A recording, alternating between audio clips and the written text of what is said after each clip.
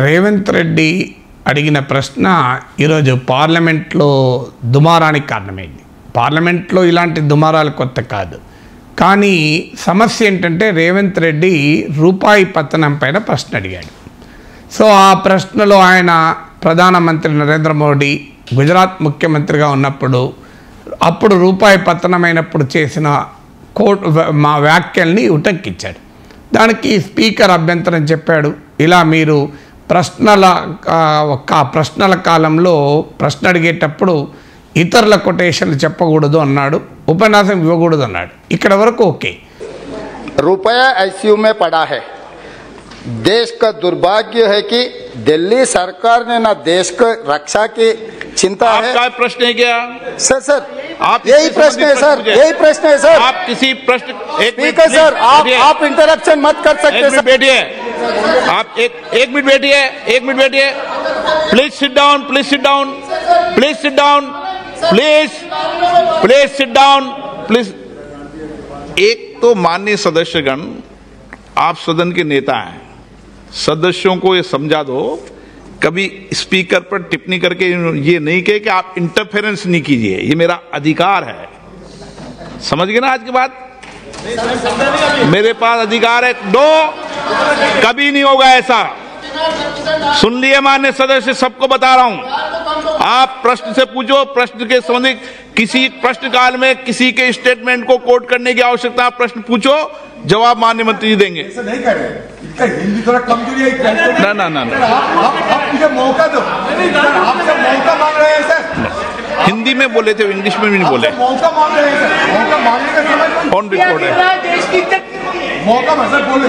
हाँ पूछो, आपका अधिकार है, सबको मौका देता हूँ। स्पीकर सर, मैं आपका मेंबर हूं, मुझे कुछ दिक्कत हो गए तो मुझे रक्षा करने का आपका पूरी रक्षा करेंगे, रिस्पांसिबिलिटी है, पूरी रक्षा करेंगे। क्योंकि मैं छोटे गांव से चुनकर इतना दूर आया, आपके ऊपर बहुत उम्मीद लेकर आए हम, तो हमें रक्षा करना आपका जिम्मेदारी है सर। सर मैं ये कहना चाह रहा हूं सर, आज सरकार के चिंता ऐसा है कि इन लोगों का कुर्सी बचाने का चिंता है, ना रुपए गिरने का रोकने के लिए कोई चिंता नहीं है, कोई एक्शन प्लान लिए। जब 66 रुपीस में रूपी था, आईसीयू में चला गया। आज के तारीख में according to our finance minister reply 83 rupees 20 पैसा। आईसीयू से दो रास्ते हैं सर, एक रास्ता ठीक होकर घर पर आना, दूसरे रास्ता मार्चरी को जाना। तो ये 83 रुपीस 20 पैसा अगर रुपए का वैल्यू था डॉलर के, तो हम सीधा मार्चरी में चला जा रहा है। इसीलिए मैं ये पूछना चाह रहा हूँ हमारे फाइनेंस मिनिस्टर से, अगर आईसीयू से घर लाने के लिए कोई एक्शन प्लान है क्या?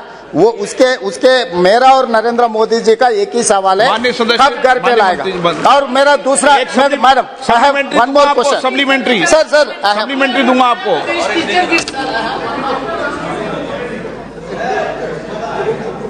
माननीय सदस्य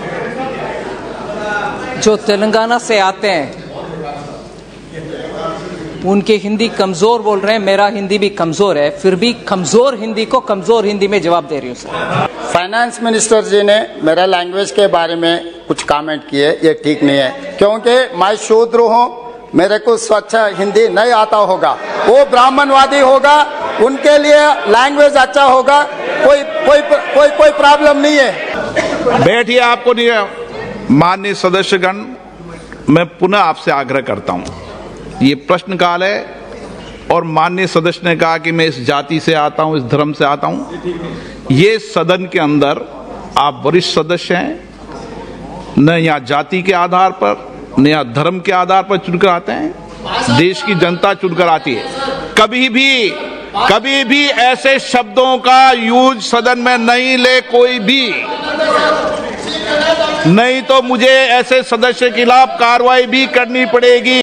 కానీ ఈ ప్రశ్న అడిగిన తర్వాత ఫైనాన్స్ మినిస్టర్ నిర్మలా సీతారామన్ మాట్లాడుతూ ఆమె చాలా అభ్యంతరకరంగా వ్యాఖ్య చేశారు. ఆమె అన్నది ఏంటంటే కమ్జోర్ హిందీ మే పూచే, సో కమ్జోర్ హిందీ మే జవాబ్ దెంగే అని. అంటే సభ్యుడు వచ్చిరాని హిందీలో అడిగాడు, నేను కూడా వచ్చిరాని హిందీలో సమాధానం చెప్తా అని. ఇది ఖచ్చితంగా ఒక మంత్రి ఒక సభ్యుని హిందీ పైన భాష పైన వ్యాఖ్యానించడం అనేది దురదృష్టకరం. అందులో ఆశ్చర్యం ఏంటంటే ఇద్దరి మాతృభాష హిందీ కాదు. రేవంత్ రెడ్డి మాతృభాష హిందీ కాదు, నిర్మలా సీతారామన్ భాష హిందీ కాదు మాతృభాష. కానీ నిర్మలా సీతారామన్ హిందీ భాషను దేశమంతటా రుద్దాలనుకునే ప్రభుత్వంలో మంత్రి. సో ఆమె హిందీ భాషను రుద్దడాన్ని వ్యతిరేకించే తమిళ మూలాలున్న మంత్రి. తమిళనాడులో హిందీ భాషను రుద్దడాన్ని వ్యతిరేకిస్తారు. కానీ ఆమె హిందీ భాష రానందుకు రేవంత్ రెడ్డిని తృణీకరిస్తూ మాట్లాడారు. కమ్జోర్ హిందీ మే జవాబు దేంగే అంటే హిందీ వచ్చిరాని హిందీలో అడిగితే మంత్రికి మంచి హిందీ వస్తే మంచి హిందీలోనే సమాధానం చెప్తారు తప్ప, నీకు హిందీ రాలేదు కనుక నాకు కూడా హిందీ వచ్చినా కూడా నేను వచ్చిరాని హిందీలో ఆన్సర్ చెప్తా అంటే ఎవరినో అవమానిస్తున్నారు. ఇప్పటికి సరిపోదా? ఇప్పటికీ హిందీనే దేశమంతా రుద్దుతాం, హిందీ భారతీయ ఆత్మ, హిందీ నాన్ హిందీ స్టేట్స్ కూడా హిందీలోనే మాట్లాడుకోవాలి, మంత్రులు హిందీలోనే ప్రకటనలు చేస్తారు. ఇప్పటిదాకా హిందీ రుద్దుతూనే ఉన్నారు. కానీ ఆఖరికి పార్లమెంటు సాక్షిగా కూడా ఒక తెలుగు పార్లమెంటు సభ్యుడు హిందీలో వచ్చిరాని హిందీలో అడిగాడట, అందువల్ల వచ్చిరాని హిందీలో ఆన్సర్ చెప్తారట సదరు మంత్రి. సో దీనికి ఆ స్పీకర్ ఎక్కడా అభ్యంతరం చెప్పలే. న్యాయంగా అయితే స్పీకరు సభ్యుని రక్షణకు రావాలి. మీరు ఇలా ఆ సభ్యుని భాష గురించి వ్యాఖ్యానం చేయకూడదు. సభ్యుని అడిగిన ప్రశ్నకు సూటిగా సమాధానం చెప్పాలి. సభ్యుని భాషపై వ్యాఖ్యానించాల్సిన అవసరం మంత్రికి ఏముంది అని అడగాలి. కానీ స్పీకర్ మౌనంగా ఉండిపోయారు. దాంతో రేవంత్ రెడ్డి ఆయన లేచి, నేను ఒక శూద్ర కుటుంబం నుంచి వచ్చాను, నాకు స్వచ్ఛమైన హిందీ రాదు, మంత్రి గారు బ్రాహ్మణ కుటుంబం నుంచి వచ్చారు, అందువల్ల ఆమెకు స్వచ్ఛమైన హిందీ వస్తుంది కావచ్చు, అయినా నాకేం ప్రాబ్లం లేదు అన్నాడు. దీంతో స్పీకర్ అప్పుడు ఇక్కడ పార్లమెంట్లో ఇలా కులం పేరు ధర్మం మతం పేరు వాడకూడదు, మనం కులం పేరు చెప్పి మతం పేరు చెప్పి ఎన్నికల్లో గెలిచిరాము, మనం ప్రజల ఓట్లతో గెలిచి వస్తామని చెప్పారు. గౌరవనీయులైన స్పీకర్ గారికి ఒకటి గుర్తు చేయాలి, దేశ అత్యున్నత పదవి రాష్ట్రపతి. రాష్ట్రపతి పదవికి రామ్నాథ్ కోవింద్ను అభ్యర్థిగా ఎంపిక చేసినప్పుడు గౌరవనీయులైన కేంద్ర హోంమంత్రి ప్రెస్ కాన్ఫరెన్స్లో చెప్పింది ఏంటి? దేశ ప్రజలు ఈ రాష్ట్రపతిని ఎన్నుకుంటారని అనలే. ఏమన్నాడు? ఆయన దళితుడు గనక మేము అభ్యర్థిగా పెడుతున్నామన్నాడు. ద్రౌపది ముర్మును అభ్యర్థిగా పెట్టినప్పుడు కేంద్ర ప్రధానమంత్రితో సహా అందరూ ఏమన్నారు? ఆమె ఆదివాసీ కనుక అన్నారు. మరి ఒక ద్రౌపది ముర్ము దేశ రాష్ట్రపతి అయితే భారత ప్రజలందరి రాష్ట్రపతి కదా. ఆమె సామాజిక నేపథ్యాన్ని ఎందుకు పదే పదే గుర్తు చేశారు? సో ఇదేమో ప్రాబ్లం లేదట, కానీ ఒక సభ్యుడు తాను వచ్చిన సామాజిక నేపథ్యాన్ని గుర్తు చేస్తే అది నేరమట, పార్లమెంట్లో ఆ పదం వాడకూడదట. మరి సభ్యుడికి హిందీ రాకపోతే మంత్రి నీకు హిందీ రాదు అని ఎత్తి చూపితే ఎక్కడా స్పీకర్ అభ్యంతరం చెప్పరు. సభ్యుడు ఉపన్యాసం ఇచ్చారు అని అంటారు.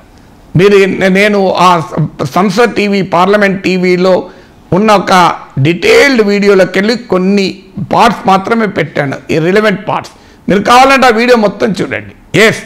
సభ్యుడు ప్రశ్నను సూటిగా అడగలేదు, సభ్యుడు ప్రశ్న అడుగుతున్న క్రమంలో ఉపన్యాసం ఇచ్చాడు అని స్పీకర్ భావించాడు, ఉపన్యాసం ఇవ్వకూడదని వారించాడు, అభ్యంతరం లేదు. కానీ మరి ఆర్థిక మంత్రి ఉపన్యాసం ఇవ్వలేదా? సభ్యుడు అడిగిన సూటి ప్రశ్న ఏంటి? రూపాయి ఈరోజు ఐసీయూలో పడింది, ఇక్కడ నుంచి దీన్ని మార్చరీకి పంపిస్తారా లేదా ఆరోగ్యంగా ఇంటికి పంపించేందుకు ఏమైనా ప్రణాళిక ఉందా అని అడిగారు. ఇక మిగతా అనేక విషయాలను మాట్లాడచ్చు. దీనికి స్పీకర్ సమాధానం చెప్పారా? చెప్పక సూటిగా సమాధానం చెప్పకుండా కాంగ్రెస్ గత ప్రభుత్వ హయాంలో ఆర్థిక వ్యవస్థ ఎలా ఉండే అంటూ ఒక రాజకీయ ఉపన్యాసం ఇచ్చారు. అంటే సభ్యుడోమో ఉపన్యాసం ఇవ్వకూడదు, మంత్రమో ఉపన్యాసం ఇవ్వచ్చు. సభ్యుడోమో తన సామాజిక నేపథ్యాన్ని గుర్తు చేసుకుంటే నేరం, కానీ సభ్యుడికి హిందీ రాదని మంత్రి అవమానిస్తే ఇబ్బంది లేదు. అందువల్ల ఇది ఏ రకమైన న్యాయం అవుతుంది? అందువల్ల గౌరవనీయులైన స్పీకర్ కూడా రిక్వెస్ట్ ఏంటంటే, ఒక సభ్యుడిని అవమానించే హక్కు మంత్రులకు ఉండదు, ప్రభుత్వానికి ఉండదు. సో సభ్యుడికి హిందీ రానంత మాత్రాన అవహేళన చేయాల్సిన అవసరం లేదు. కమ్జోర్ హిందీ మే పూచే తో కమ్జోర్ హిందీ మే జవాబ్ దేంగే. కమ్జోర్ హిందీ అంటే వచ్చిరాని హిందీలో అడిగితే నేను వచ్చిరాని హిందీలో సమాధానం చెప్తా. నీకు హిందీ వచ్చినప్పుడు వచ్చిరాని హిందీలో ఎందుకు సమాధానం చెప్పాలి? సభ్యుడికి హిందీ రాలేదు, అడిగాడు, ఇంకా ఆ మేరకు సంతోషించాలి. రేవంత్ రెడ్డికి హక్కు ఉంది, తెలుగులోనే ప్రశ్న వేసే హక్కు ఉంది. కానీ ఆయన ఇతర సభ్యులందరికీ ఇబ్బంది అవుతుంది, అనువాదం చేయాలి కనుక అని ఆయన హిందీలో అడిగాడు. ఆయన కష్టపడి హిందీ మాట్లాడాడు. హిందీ మాట్లాడినందుకు అభినందించాలి. హిందీ మాతృభాష కాకపోయినా పార్లమెంటు వేదిక పైన హిందీలో ప్రశ్న అడిగే సాహసం చేసిన సభ్యున్ని అభినందించాలి. హిందీలో ప్రశ్న అడుగుతూ ఆ హిందీ పట్ల గౌరవాన్ని ప్రదర్శించినందుకు అభినందించాలి. పోగా నీకు హిందీ రాదు, నీకు హిందీ రాదు కనుక నేను కూడా నాకు హిందీ వచ్చినా కూడా నేను రాని హిందీలో సమాధానం చెప్తా అని ఇలా అవహేళన చేయడం, హిందీ రాని వారిని అవహేళన చేస్తారా? భారతదేశంలో హిందీ రాకపోతే భారతీయులు కారా? హిందీ రాకపోతే భారతీయులు కమ్జోర్ అయిపోతారా? హిందీ రాకపోతే భారతీయులు అవమానానికి గురి కావాలా? ఇది ఎక్కడ ఆధిపత్యవాదం? ఇది భారతదేశ ఐక్యతను పెంచుతుందా? భారతదేశం మీరు జనగణమన పాడండి, అది హిందీలో ఉందా? జనగణమనలో అన్ని భాషల ప్రస్తావన ఉంది కదా, రాజ్యాంగంలో అన్ని భాషల ప్రస్తావన ఉంది కదా. అందువల్ల భాష పేరిట ఒక తెలుగు సభ్యున్ని ఇలా అవమానించడము, నీకు భాష రాదని తప్పనిసరిగా అభ్యంతరకరం. దీనిపైన స్పీకర్ ఇప్పటికైనా ఆ సమయంలో స్పీకర్ ఆలోచన స్ఫురించకపోయినా ఇప్పుడైనా సదరు మంత్రిని వారించాలి. అమ్మా నీకు అధికారం లేదు, ఒక భాష వచ్చి రాని భాష వచ్చే భాష అది కాదు.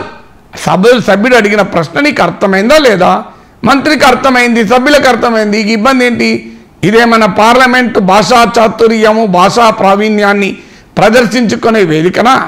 భాష బాగా వస్తేనే పార్లమెంట్ సభ్యత్వానికి అర్హత ఉంటుందా? అందుకే రేవంత్ రెడ్డి నేను ఒక చిన్న గ్రామం నుంచి వచ్చాను. చిన్న గ్రామం నుంచి వచ్చిన వారికి నిర్మలా సీతారామన్ లాగా అద్భుతమైన ఇంగ్లీష్ రాకపోవచ్చు, నిర్మలా సీతారామన్కున్న కుటుంబ నేపథ్యం ఆయనకు లేకపోవచ్చు, ఆయన ఒక సంపన్న కుటుంబంలో పుట్టి రాకపోవచ్చు, ఆయన చదువుకున్న నేపథ్యం వల్ల ఆయనకు అద్భుతమైన ఇంగ్లీషు హిందీ రాకపోవచ్చు. అయినంత మాత్రాన ఆయన ప్రజలు ఎన్నుకున్న పార్లమెంట్ సభ్యుడు కదా. ప్రజలు ఎన్నుకొని పంపించిన సభ్యుడు ప్రజల తరపున ఒక ప్రశ్న అడిగితే ఆయన భాష గురించి కామెంట్ చేయడం ఏ రకంగా న్యాయమవుతుంది? रुपया आईसीयू में पड़ा है। देश का दुर्भाग्य है कि दिल्ली सरकार ने ना देश को रक्षा की चिंता है। आपका प्रश्न है क्या? सर आप यही प्रश्न है सर, यही प्रश्न है सर। आप किसी प्रश्न स्पीकर सर आप इंटरप्शन मत कर सकते सर। बैठिए, आप एक मिनट बैठिए। Please sit down, please sit down, please sit down, please sit down, please. एक तो माननीय सदस्यगण, आप सदन के नेता हैं, सदस्यों को ये समझा दो, कभी स्पीकर पर टिप्पणी करके ये नहीं कहे कि आप इंटरफेरेंस नहीं कीजिए, ये मेरा अधिकार है। समझ गए ना आज की बात? मेरे पास अधिकार है। दो, कभी नहीं होगा ऐसा। सुन लिए माननीय सदस्य, सबको बता रहा हूं। आप प्रश्न से पूछो, प्रश्न के संबंधित किसी प्रश्न काल में किसी के स्टेटमेंट को कोट करने की आवश्यकता, प्रश्न पूछो, जवाब माननीय मंत्री जी देंगे। ऐसा नहीं कर रहे, इसका हिंदी थोड़ा कमजोरी है। ना आप मुझे मौका दो, आपसे मौका मांग रहे हैं सर। हिंदी में बोले थे, इंग्लिश में भी नहीं बोले। मौका मांग रहे हैं सर, मौका मांगने का समय ऑन रिकॉर्ड है। मौका मतलब बोले।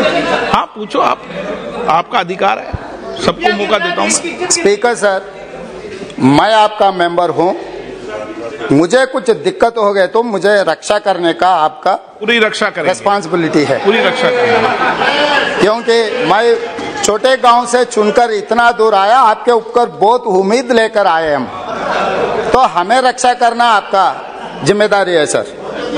सर मैं ये कहना चाह रहा हूं सर, आज सरकार के चिंता ऐसा है कि इन लोगों का कुर्सी बचाने का चिंता है, ना रुपए गिरने का रोकने के लिए कोई चिंता नहीं है, कोई एक्शन प्लान लिए।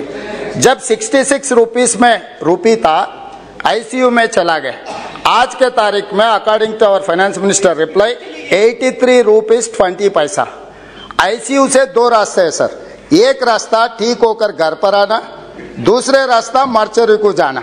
तो ये 83 रुपीस 20 पैसा अगर रुपए का वैल्यू था डॉलर के तो हम सीधा सीधा मार्चरी में चला जा रहा है। इसीलिए मैं ये पूछना चाह रहा हूँ हमारे फाइनेंस मिनिस्टर से, अगर मार्च आईसीयू से घर लाने के लिए कोई एक्शन प्लान है क्या? वो उसके मेरा और नरेंद्र मोदी जी का एक ही सवाल है, कब घर पे लाएगा? और मेरा दूसरा, madam one more question, supplementary sir supplementary दूंगा आपको।